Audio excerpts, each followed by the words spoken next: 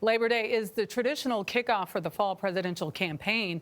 Democratic candidate Joe Biden goes to Harrisburg, Pennsylvania today to speak with union workers and recognize working families. President Trump has a busy week on tap as he continues to trail in nearly all national polls. He plans to visit the key states of North Carolina, Florida, Michigan, and Pennsylvania. This morning, he faces a new onslaught of bad publicity from his longtime personal lawyer, Michael Cohen. In a tell-all book called Disloyal, a memoir, Cohen calls the president, quote, a cheat, a liar, a fraud, a bully, a racist, a predator, a con man, end quote.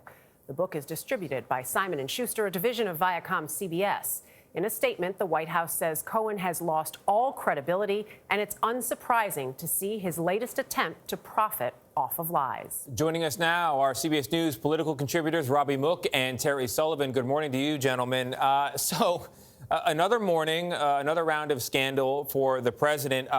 Terry, I want to go to you first. I'm reminded of a recent statement from the White House following one such scandal where they said, another day it's something else. Who cares? Well, the question to you is, does anyone care this time? No. I mean, look, the reality is that if you believe all these things about Donald Trump are true, you already believe it. If you think they're all lies, just like everybody else is lying about them, you don't believe it. Nobody's changing their opinion based on these facts right now. Just not happening. Robby, do you agree with that? Sadly, I do. I think we have to recognize, and this was a problem in 2016 as well, there's a whole information ecosystem out there that is constantly deluding people to say this is all fake news, it's all a charade, and some people are buying into that. And, the other thing I would just say is we've had years of this stuff. We if anybody was looking for evidence about what a terrible human being the president can be, there was plenty there. And so, sadly, I don't know that this is going to convince anybody new. But I think for folks that were concerned to begin with, I think this is all the more reason to get out and vote. Yeah. Terry, I want to actually push down on one particular scandal, and that's the one over the president's alleged comments about fallen soldiers. There have been denials from the White House and aggressive pushback from the president. But on the other hand, the major players, General Mattis, General Kelly, John Allen, General Dunford, they have not come out and cleared anything up. Doesn't that hurt the president? Oh, absolutely does, especially since John Kelly was the primary witness in one of those situations. So, I mean, the fact their silence speaks volumes. But again, I go back to the earlier point. This is not changing anybody's viewpoints. If you were offended by this, you were already offended by the fact that he said 4 years ago that John McCain was a loser because he was a prisoner of war. So, look, I mean, this doesn't change anybody's view right now, sadly or not.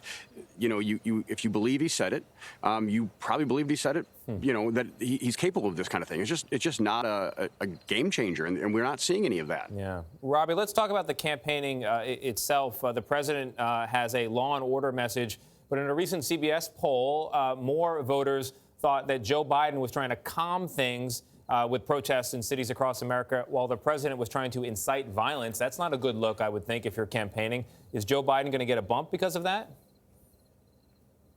Well, I think that, look, the president, it's the truth. The president is the one going around inciting violence. He was sending federal agents into cities that were just making things much, much worse. He wants this. He wants this kind of upset to then try to use it for political reasons. I think people see through that. So I do think Joe Biden is winning on this right now, and the president, as with many things, is undermining his own message. If he really cared about law and order, he would be out there speaking about coming together. He would be doing something about the problems people are upset about, and he's doing the opposite. Yeah. Terry, the president does extremely well with white working class voters. He did great with them in 2016. There's not a lot in the campaign that seems to be broadening the message. In fact, he seems to be trying to go deeper. What do you think of that strategy? Can he turn out even more white working class voters to lift him in 2020?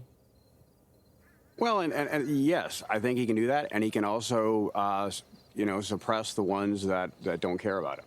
All right. Robby, let's go to you. Look, do you think the president can turn out more of those white working class voters, and will it be enough?